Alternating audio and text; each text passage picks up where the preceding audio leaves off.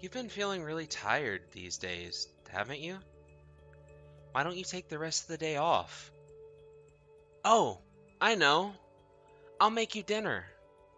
I can only make curry or something simple like that, though. Well, to be honest, curry sounds very nice. I'll take your word for it. I do have work tomorrow, so would you mind if I stay in bed a little longer? My husband's kind words left me with no doubt that the rough patch between us was now in the abyss of the past. About an hour later, I ate his homemade curry and it tasted delicious. Unfortunately, no thanks to the extreme sleepiness I was feeling, I didn't have much of an appetite and wasn't able to finish what was on my plate. However, I did make a promise to my husband that I would bring some for my lunch tomorrow at work. However, the next morning, as I was waiting for the train on my way to the office, I suddenly felt a huge wave of nausea overwhelm me, and as I tried to control the dizziness, I slumped forward. My legs wobbled weakly and I fell down onto the tracks. This is the story of how a small rift between my husband and I turned out to be something far, far more serious and dangerous, and how an unexpected source of information led to the chain of events that eventually resulted in the arrest and rightful persecution of those responsible for what could have been a major catastrophe. My name is Catherine, and I'm a 32-year-old office worker. My husband, Ira, is 30 years old and works in a bank. We had been married for 3 years when this whole story started, and we had no children yet as of then. We were enjoying our time together, working hard to make enough money to live a decent married life and traveling together on our holidays. One day, Ira told me that he was about to be transferred to a branch in another region of the country. I say transfer, but it's more of a promotion than anything else. If I'm offered the job, I'm sure I'll be on the track towards more success, which means a better life for us. That's awesome, honey, but that'll mean I'll have to go with you so far away. I wonder what I'm going to do for my own job. I know you're worried about the suddenness of all this, but you have to understand, if I move out of here and leave for my new job if I get it, I'll have less credibility, which will mean I'll be less likely to be considered for the ideal candidate for the job. I'm not the only one shooting for this position. I have a few competitors who are as eager as I am about it. And you know me. Once there's competition, I can't let anyone beat me, or in this case, us. I'm going to do whatever I can to get this position, and I hope you'll be beside me every step of the way. He was right. I knew Ira, and if there was one thing about him, it's that he would either achieve a particular goal he set for himself by doing everything he possibly could, or die trying. I knew better than anyone that his desire to earn this promotion over the rival candidates was paramount. And he had a point when he said he hoped I would be with him for every step of the journey. I loved him so much, and if it meant that we could have a better life together as a married couple, I would also do everything in my power to help make it happen. So I decided to resign from my job and go with Ira once he got the promotion. Okay, honey, I understand. I'll resign from my job and go with you when you get the promotion. Thank you, honey. It really, really means a lot. Besides, I don't think you have anything to worry about regarding money.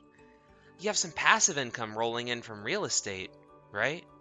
Yes, I do, and that's going well, so I guess I'll be fine for now. When I was still a bachelorette, I inherited a small rental apartment in my grandfather's hometown, along with nearby fields and other pieces of land from his will, but at the time, I kept it without much value and left it to my parents to manage. My parents ran a family real estate business and were relatively wealthy, so even though Grandpa's property was not very profitable at first, they took good care of it because of their attachment to their hometown. However, a few years ago, the price of the land in my name skyrocketed due to the active development of local land. So my parents recommended that I build a new tenant building to generate income while contributing to attracting businesses in the area. Thus, I was able to retire and remain financially secure thanks to passive income. At the time, when we decided to build a new tenant building, we decided to obtain a loan from the bank to start construction, and I volunteered to be in charge of arranging for that. Ira was in charge of the entire procedure, and that's how I initially met him.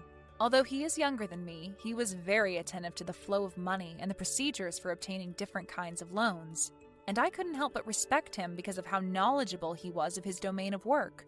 We exchanged contact information for professional purposes at first. He might have questions about some specifics, and I might have some additional details that I'd overlooked. and we messaged each other at least once a day, keeping active communication between each other and making sure that everything was going smoothly. But eventually, as the arrangements for the loan came to a close, what initially were thank yous and goodbyes turned into a conversation about personal things, like hobbies. That's where we discovered we both had a burning passion for road trips. And before I knew it, I found myself texting with him late at night before going to sleep. After perhaps a week of just texting back and forth, he took it all a step further and asked me out for dinner. I accepted, and dinner went wonderfully. We started hanging out more and more until we started a relationship. 28 months later, that relationship led to marriage, and since then, Ira had become a dependable partner in both our personal and business lives. Back to the story. Soon after Ira was transferred to another company, he started working more holidays and did extra hours of work quite often. Evidently, this led to the rapid decline in time we spent together. Even regular sit-down dinners at home became depressingly rare. I'll be home late at night for a while, so I'll be going out for dinner, honey. What? Won't that destroy your health? You're right. If I don't moderate myself and fall behind here, my rivals are going to take advantage of that. Thanks, honey. I think you just saved my career. I guess I'll have to be sure to stay healthy. I'll be working on my next day off, too. Oh no, you're almost never off anymore, Ira. If you get sick from overworking, you'll never get ahead again. You know that, right? You have no idea how hard I work. I'm trying to do my best, and you, my wife, are showing me that kind of attitude? I'm honestly very disappointed, honey. This position at the other branch work was very competitive with other employees who were equally good candidates, and he was under a lot of stress because he had to work overtime every day to improve his sales performance. When I complained about how much he was working and that he ought to be resting a lot more, he turned resentful and his attitude turned cold. Since we didn't spend time together to begin with, we really couldn't find the time to sit down, talk things over, and make up. Our differences were left untreated, so to speak, and repairing our deteriorating relationship had become a big hardship for us. Our once wonderful, quaint life as a married couple had become one where we were living in a state of separation right at home. I began to wonder if I would be able to go with him if he decided to accept this better position. The thing was, I had already submitted my resignation to the company and had already begun to take over the arrangements for moving. I couldn't back out now, but I thought I would try to get him to permit me to withdraw my resignation notice somehow. In other words, maybe not going with him was the better option, and I decided to talk to my husband about it. Hey, can I talk to you for a minute? What do you want? I'm busy, so make it quick. How's the promotion going? Oh, you want to know about that? Well, it looks like it's going to be me that's going to get promoted after all. The dude that was really going neck and neck with me as the only other who was tied for first place got sick. Oh, really? That's good then. I won't have to quit my job. Huh? What are you talking about?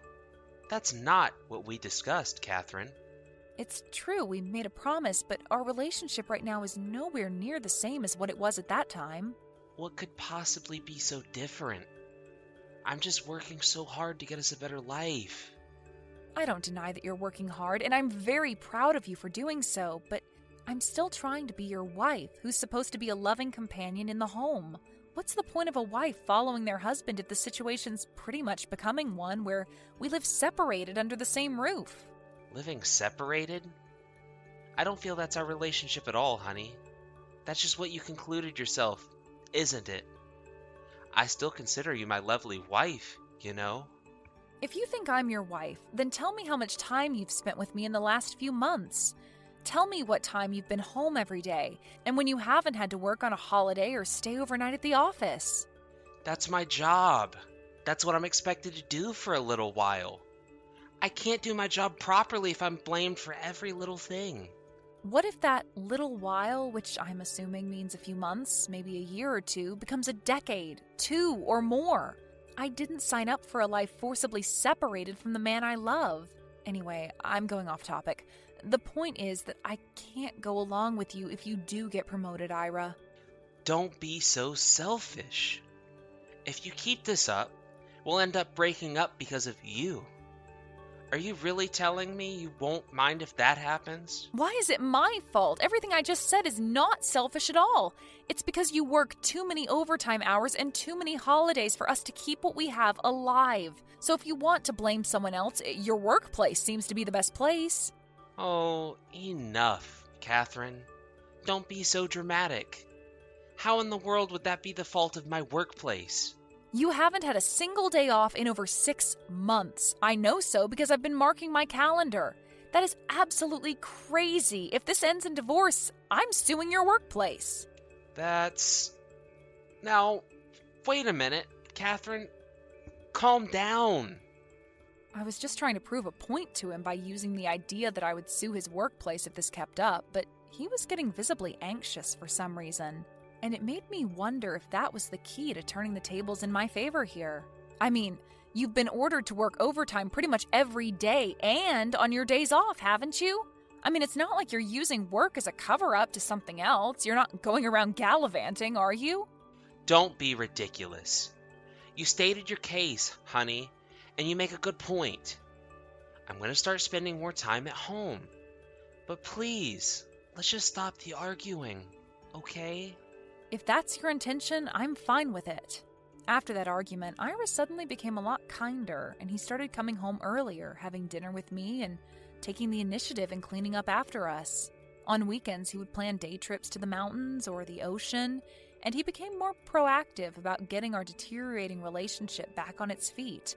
I was more confused than happy, to be frank, but I told myself that he was finally making an effort, so I should be honest with him too.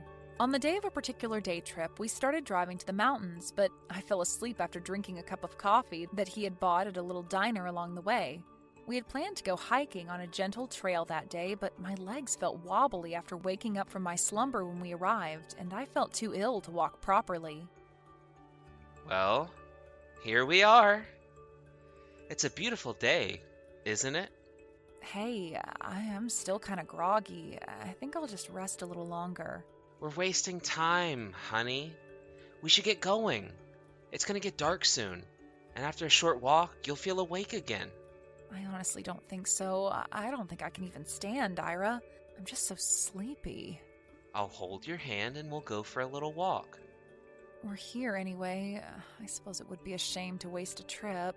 However, as we were walking along the trail, hand in hand, my own mind in a daze, a local tourist guide with a sign on his board came up to me and strongly warned me that I would slide off the cliff if I continued on my way in this condition.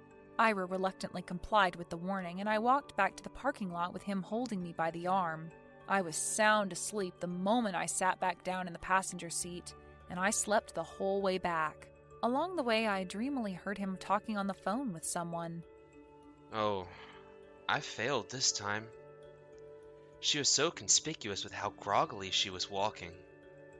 Maybe I put in a little too much. I vaguely wondered if he was talking about work, but even my nauseous, sleepy self knew that there was something unnatural about the conversation. When we arrived at home, I ended up sleeping until the next morning. When I apologized to Ira for ruining his day off, he didn't seem to be in a bad mood and instead said, You've been feeling pretty tired these days, haven't you? Why don't you take the rest of the day off? Oh, I know. I'll make you dinner. I can only make curry or something simple like that, though. Well, to be honest, curry sounds very nice. I'll take your word for it. I do have work tomorrow, so would you mind if I stay in bed a little longer? Of course not. You rest however much you want, honey. About an hour later, I ate his homemade curry and it tasted delicious. Unfortunately, no thanks to the extreme sleepiness I was feeling, I didn't have much of an appetite. I wasn't able to finish what was on my plate. Since it was homemade curry, I decided to take it for tomorrow's lunch. So I secretly put it in Tupperware and put it discreetly in the refrigerator while he was out of the kitchen. The next morning, I still felt pretty sluggish, so I overslept and had to rush to work before I had time to eat breakfast. While standing on the platform as I was waiting for the train on my way to the office, I suddenly felt a huge wave of nausea overwhelm me. My eyes started to swim, and as I tried to control the dizziness, I couldn't stand still and I slumped forward. Then I felt a tugging sensation on my foot and I completely lost my balance. And I felt my body floating in the air. I then heard screams all around me and I came to my senses. I felt strong pains all over my body as I felt my knees, elbows, and most other bones slam against the hard steel frame of the train tracks below. I looked up and saw what appeared to be a station attendant screaming and offering his hand to me. In that split second, my senses returned completely, and all feelings of nausea and overwhelming sleepiness disappeared as I stood up quickly and grabbed the station attendant's hand. Several people around me grabbed my arms and clothes one after another and helped pull me up. As I was pulled up, a train came in to graze my back.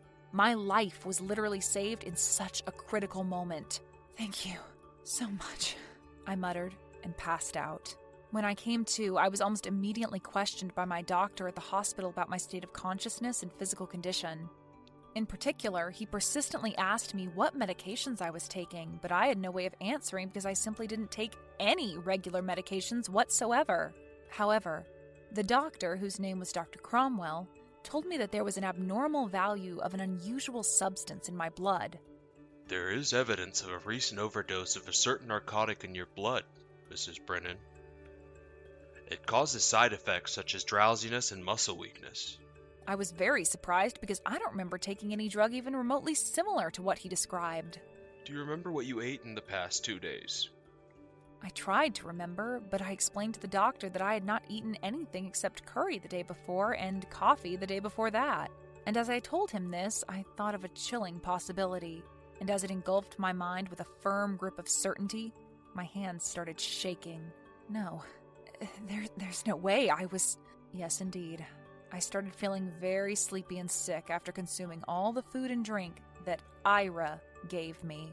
For instance, 2 days prior when we were going to hike up that mountain after I downed that cup of coffee, Ira tried to persuade me to go hiking regardless of my very obvious dizziness. If there had been no one to stop me, I might have fallen off a cliff somewhere. And remember I mentioned a telephone call that I somehow overheard despite my deep, drugged slumber? He was talking on the phone with someone in the car on the way home, and I guess the word failed meant that he had failed in his plan to throw me off the cliff. And the words, "maybe I put in a little too much," meant he had mixed in too big a dose of the drug for it to be inconspicuous.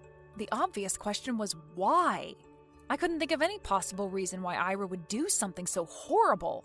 Moreover, he seemed to be in cahoots with someone else, because I distinctly remember someone tripping me as I stumbled forward on the train platform this morning. Despite my all too obvious terror towards the dawning realization of what was actually going on here, Dr. Cromwell went on to tell me, "If you really didn't take the drugs yourself, Mrs. Brennan, then it's possible that someone knowingly administered them to you. And should that be the case, the best advice I can offer you is that you'd better talk to the police." "Yes, you're right, Doctor. I will." I decided to call the police to conduct numerous investigations and hopefully provide me with the truth.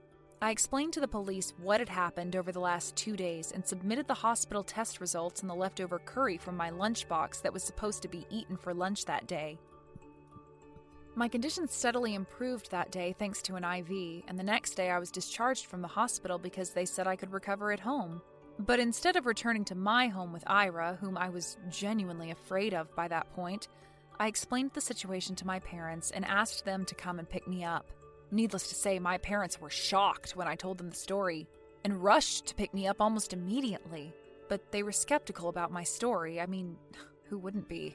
I then called my husband, pretending that I hadn't come to any conclusion so as not to arouse his suspicion. "Hey, honey, looks like I'll be going away for a few days. Sudden onset business trip." "A business trip?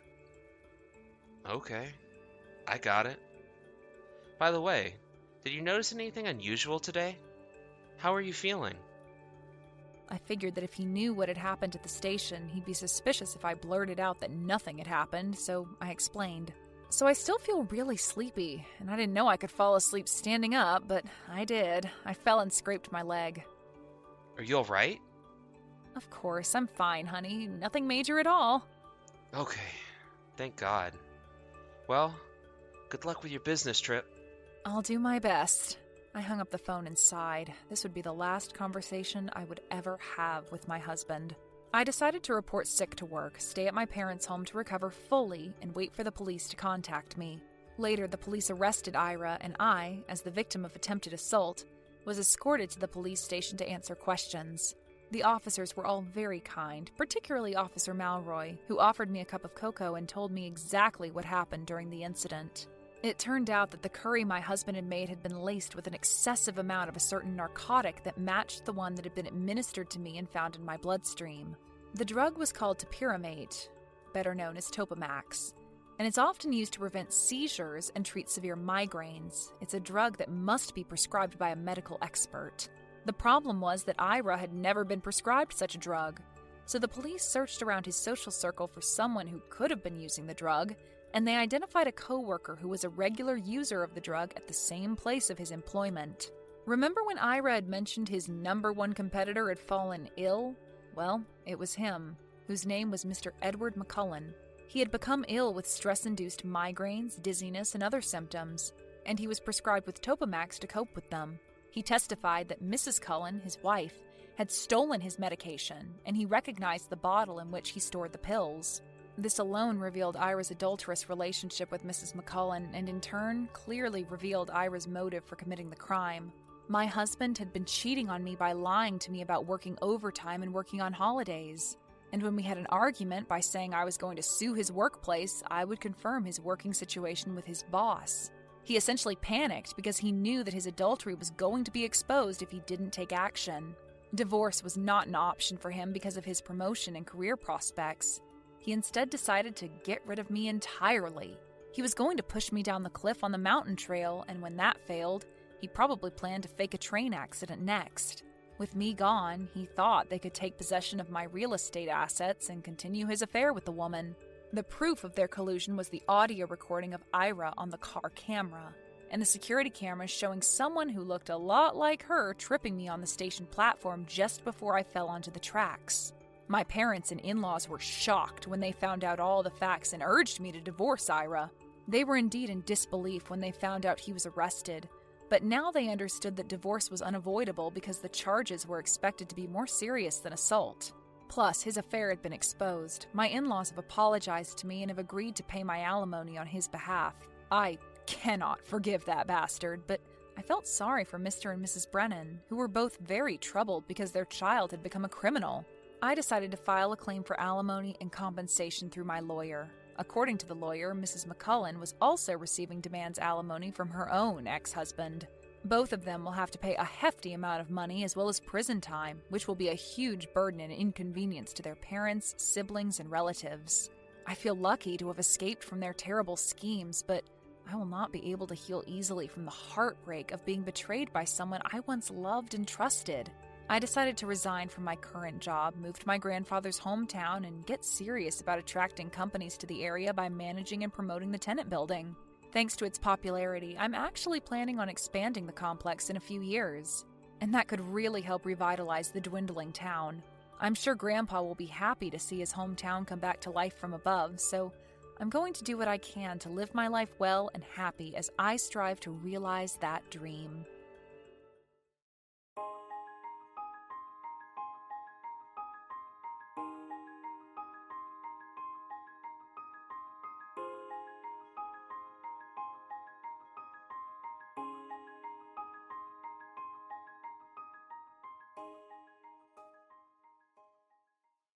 All right, everyone's presentations are done.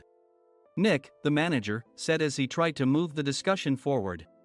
Excuse me, I haven't. I recently found out something. Nick interrupted me and began to speak. There's apparently someone in this department who didn't graduate high school and is just a part-timer. Meetings should be for employees only. Absolutely right. His lackey, Mike, of course, agreed with Nick. I'm leaving. After leaving the meeting room, I started to shut down my computer. I noticed that an email had arrived, not in my personal inbox, but in the company's shared email. Thinking, there's no point in speaking up, no one will listen, I went home quietly. The next day, I heard a commotion from Nick's desk. He was staring at his computer screen, his face pale. Nick! Is something wrong? Mike looked at the screen with him. And he turned even paler than Nick. Why is he so angry? Knowing the reason for Mike's distress, I thought to myself, serves them right. My name is Adam. My mother passed away when I was in the 9th grade, and I was raised by my father. Well, you could hardly call it being raised. After my mother passed, my father changed. He drowned his sorrows in alcohol, and though he still went to work, he squandered our living expenses on horse racing. Because of that, I had to start working part-time as soon as I entered high school. Every month, I went to the convenience store with bills in hand that couldn't be auto-deducted from my father's account.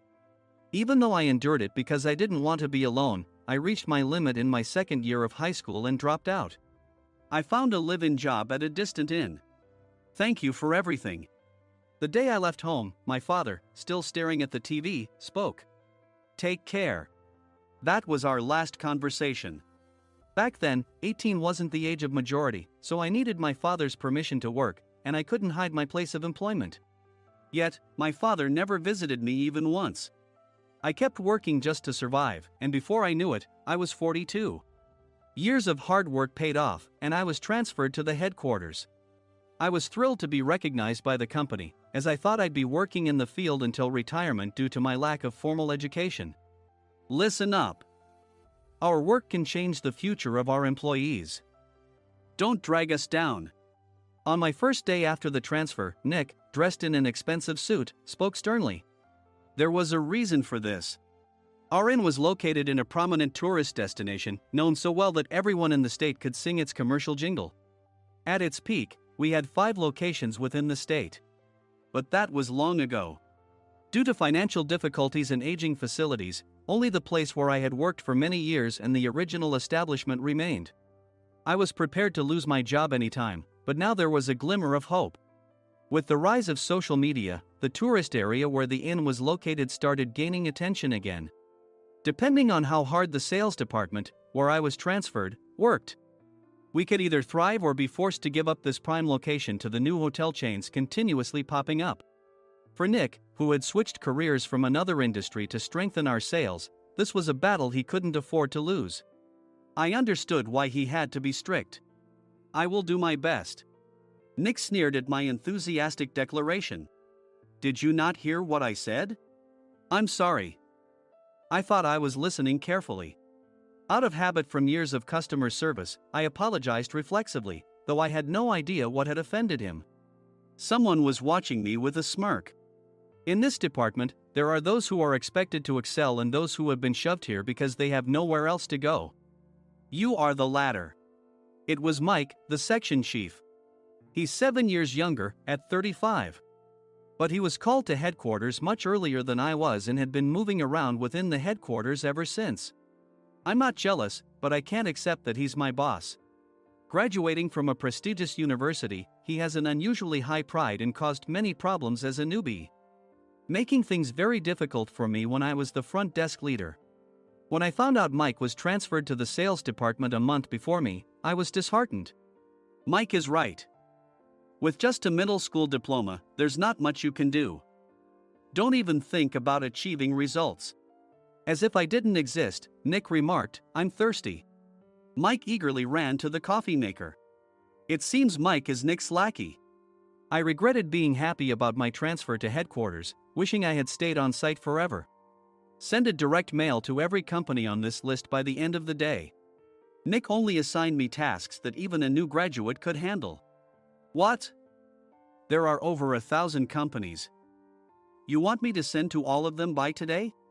Yes, if you and your fellow misfits split the work, even those with nowhere else to go should finish by today. I glanced at the employees typing away expressionlessly. They were worn out from customer service, only thinking about leaving on time, or were women reassigned after having children, with zero motivation for work. Even Sam, a new graduate from the same university as Mike, who was supposed to be among the expected achievers, had no enthusiasm for the job, having joined the company wanting to do customer service. I don't care what they say, I plan to quit anytime, he said. Only Nick and Mike were highly motivated, making all the decisions between the two of them. I originally only wanted to work at the inn to survive and had no particular attachment to this job. I swallowed my words, thinking I had no right to reprimand them. About a month after the transfer, Nick told us with a frustrated look. To commemorate the 50th anniversary, we've decided to create a plan exclusive for one group per day. Originally, Mike and I were supposed to come up with it, but our president, Mr. Thompson insists on hearing everyone's opinions. So, you all get a chance. As Nick explained, Mike began handing out prints. Make sure not to embarrass Nick. If your ideas are half-baked, you'll have to redo them. It seemed that they had printed his handwritten notes by Mr. Thompson, which included several questions and a section for free responses. It made sense why Nick had to seek our input, given that all responses had to be submitted to Mr. Thompson. We were given a week to think about it, and a meeting was scheduled to compile our ideas. My plan is to let guests enjoy both the old and modern America. Nick began the presentations. Guests would watch a master confectioner at a nearby traditional sweet shop make sweets in front of them. The welcome drink would be premium tea in a bottle. Nick's plan was certainly attractive. After his presentation, Nick called on us to present in the order we were seated. Just as I stood up for my turn. All right, everyone's presentations are done. Excuse me, I haven't. I recently found out something. Nick interrupted me. There's someone in this department who didn't graduate high school and is just a part-timer. He was likely talking about me. I joined the company as a part-timer and was made a full-time employee when I turned 20. That was 20 years ago, so Nick and Mike probably had no chance to know until recently. Meetings should be for employees only. Absolutely right. After that, Nick kept creating opportunities to solicit everyone's opinions, purposefully excluding me from speaking. The meeting unexpectedly heated up and went past the scheduled end time. A few people asked to leave, and the discussion continued with the remaining few. Still here? Normally, you'd leave in that situation. Though I had no attachment to the job initially, hearing kind words from customers made me want to make them happier. For someone like me, with nowhere to go, the inn was my home and customer service was my life. I felt pathetic about my current self. I'm leaving. I left the conference room and started shutting down my computer. I noticed an email had arrived, not in my personal inbox, but in the company's shared email. Thinking no one would listen to what I had to say anyway, I quietly went home. The next day, while preparing the DM as instructed, I heard a commotion from Nick's desk. In his haste to stand up, he hit his knee on the desk. He stared at his computer screen, his face pale. Nick! What's wrong? Mike, thinking he should be the first to rush over, approached Nick while still wearing his coat. He peered at the screen with Nick. And he turned even paler than Nick. Why is he so angry? Who is responsible for this company? Nick, more irritated than ever, asked, and Mike answered without checking. Probably Sam. Sam wasn't there because he was attending a morning training session for new hires. Nick gave up on getting angry and returned his gaze to the screen. They were looking at an email that arrived right after the end of the working day yesterday. Apparently, no one, including me, had checked it before leaving. The email was from a large company that used us for their annual employee trips. The president and executives of that company also frequently used our services personally. President of the company, Mr. Mason himself had declared that neither he nor his company would ever use our services again. Well, some companies cancel their employee trips or stop using our services due to financial struggles. Let's just move on. Mike kept wiping the sweat from his forehead with a handkerchief. Knowing why Mike was so agitated, I quietly watched their interaction. Do you know how much revenue we get from that company? We can find other guests to fill the rooms, but we'll lose the banquet costs, gift shop revenue, rental car fees, and more. Moreover, the gifts were supposed to be prepared by the traditional confectionery shop involved in Nick's proposed plan. If it's known that we incurred such a huge loss at this critical time, Nick's position in the company would be jeopardized. Nick took a deep breath, seemingly trying to calm himself. All right, Mike. Go to New York right now and apologize to Mr. Mason. What? You're coming with me, right? I have urgent work to do. I trust you, which is why I'm entrusting this to you. Please. Mike, believing Nick's sincerity, agreed with a determined look on his face, saying, yes. That's Nick for you. Even if Mike went to apologize, Nick would shift all the blame onto him if the client didn't change their mind. Well, it was Mike's fault to begin with, so it served him right. About 3 hours later, Sam answered a call from somewhere and repeatedly apologized, saying, I'm very sorry. Everyone watched to see what was happening. After ending the call, he informed Nick with a weary tone. When Mike arrived at the client's company, he only made things worse, further infuriating Mr. Mason. He was demanding, "Get his boss here immediately." It was no wonder Sam was exhausted, dealing with such a call right after returning from training. "What is that idiot doing?" "All right, Adam, you're coming with me. If sacrificing Mike didn't work, then I must be next." Normally, I'd want to refuse at all costs, but I saw an opportunity in this situation. "If I can be of assistance, I'd be happy to join you." I immediately followed Nick, and we flew to New York. When we introduced ourselves at the reception, it became clear how serious the situation was, as the receptionist personally escorted us to the president's office. Angry voices leaked through the door, making both Nick and me uneasy. "Excuse me. I'm Nick, the supervisor. I understand my subordinate has caused you trouble, and I deeply apologize." Nick, with his experience in the corporate world, knew enough to offer an apology before excuses. However, his customer service skills left much to be desired. I sighed as I saw Mike trembling like a small dog in the corner of the room. "What kind of training are you giving your subordinates?" Mr. Mason glared at Nick with a red face. The intensity of his gaze made even Nick take a step back. Regrettably, I joined this company only 2 years ago and was unaware of Mike's issues. I should have identified his shortcomings sooner. Indeed, I should have realized sooner. No sensible person would come to apologize and then give a lengthy presentation on the drawbacks of not using their in. Nick froze, his mouth slightly open. Suspecting the worst, I picked up the documents that had fallen to the floor. It seemed Mike hastily prepared these documents on the plane, listing the disadvantages. Disadvantage 1: if you change the venue for the company trip, employees might suspect it's for cost-cutting reasons, leading to a negative impression. Reading it aloud half-jokingly, Nick snatched the papers from my hand and checked the contents with a furious expression. Among the stack of documents was a receipt from a nearby convenience store's copy machine. I felt a pang of dread, hoping he hadn't shown the receipt as well. What do you think he said when I asked what kind of nerve he had to do this?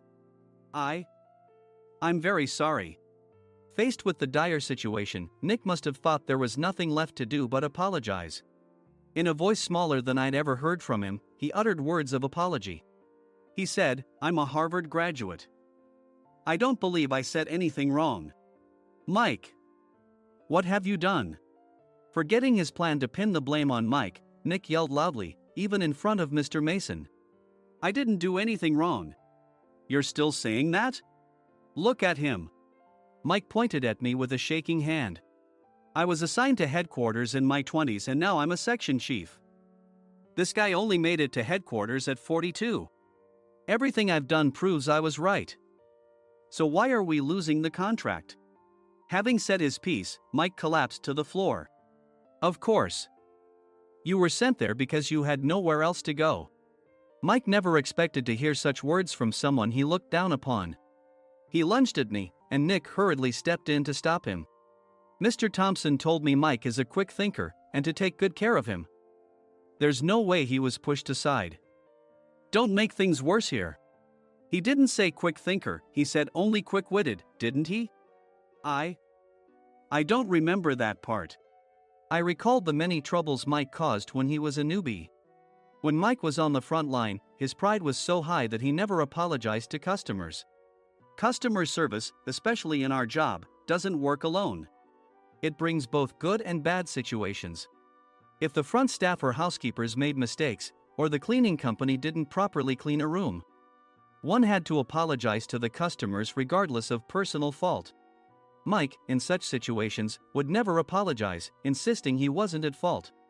This often angered customers, and as the front desk leader, I frequently had to apologize on his behalf. He caused complaints and disrupted operations, which is why he was quickly moved to headquarters. In departments where he didn't interact directly with customers, his quick thinking was beneficial and things went well. But it seemed his flaws were starting to show. Corporate reservations are supposed to be entered into the system by the sales representative. But a quick check yesterday revealed that more than 10 items were missing from the client's reservation. The handover document clearly stated what needed to be prepared. Why didn't you enter it into the system? Why do we have to give them special treatment? Filling rooms near the banquet hall, setting up all the food in advance. Specifying the brand of wine, they're too demanding.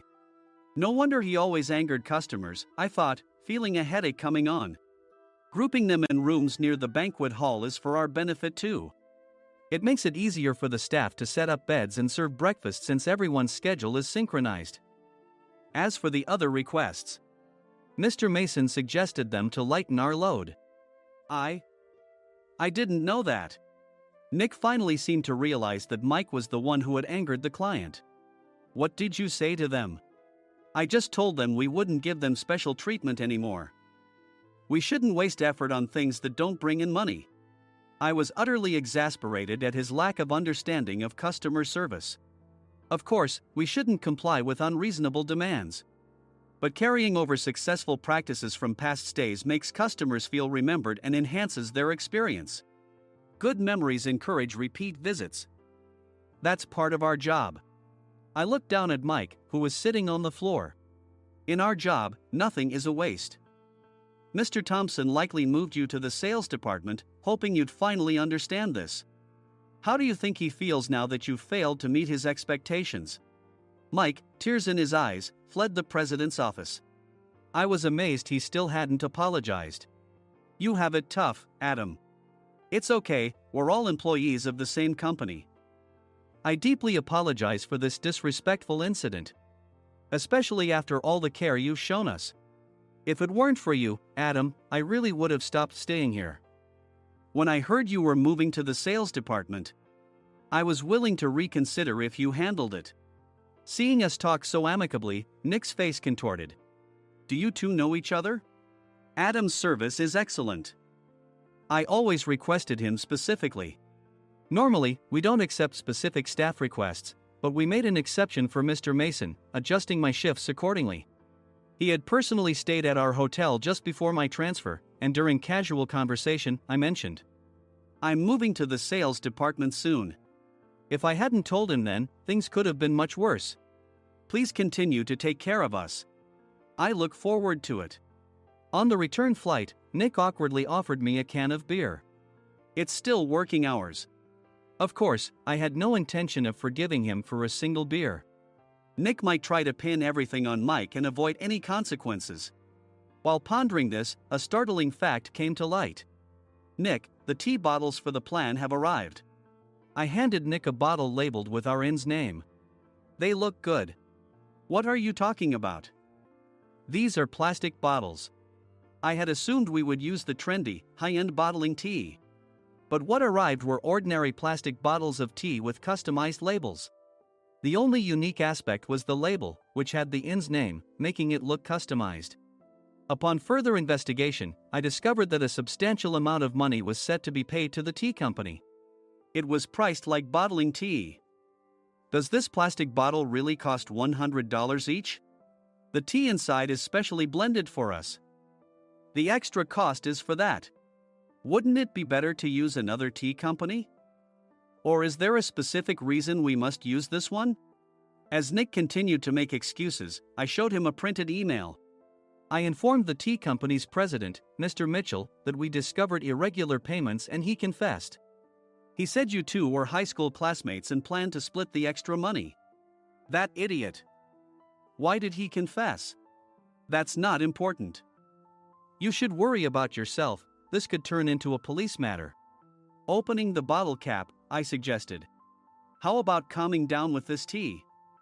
It supposedly has a relaxing effect. Nick drank the tea frantically. In the following days, decisions were made about their fates. Mike was reassigned to the General Affairs Department, with no chance of transfer or promotion, as per Mr. Thompson's orders. As for Nick, since the payment to the tea company hadn't yet been made, he narrowly avoided legal trouble. Instead, he was encouraged to leave the company, and to avoid further complications, Nick submitted his resignation. Rumor has it that connections between HR departments have made it difficult for him to find new employment. Even though it was good to have those two gone, something unexpected happened in the sales department. Everyone became motivated and united in refining the 50th anniversary plan. In the end, my plan was adopted. We collaborated with the Tourist Information Center to provide personalized guides. The plan, tailored to the number of guests, was truly special for the 50th anniversary. Hey, is Adam's family coming to stay? I immediately booked that special plan for my family. Sam noticed it on the reservation list and quickly picked up on it. Yes, I'm inviting my father. That's great. I might invite my parents too. I lacked the courage to face my father just as Adam. But here, with the confidence Mr. Mason praised, I felt ready. The 50th anniversary plan was a perfect opportunity to reconnect with my father. I hoped to bring back the days when we could laugh together as we once did.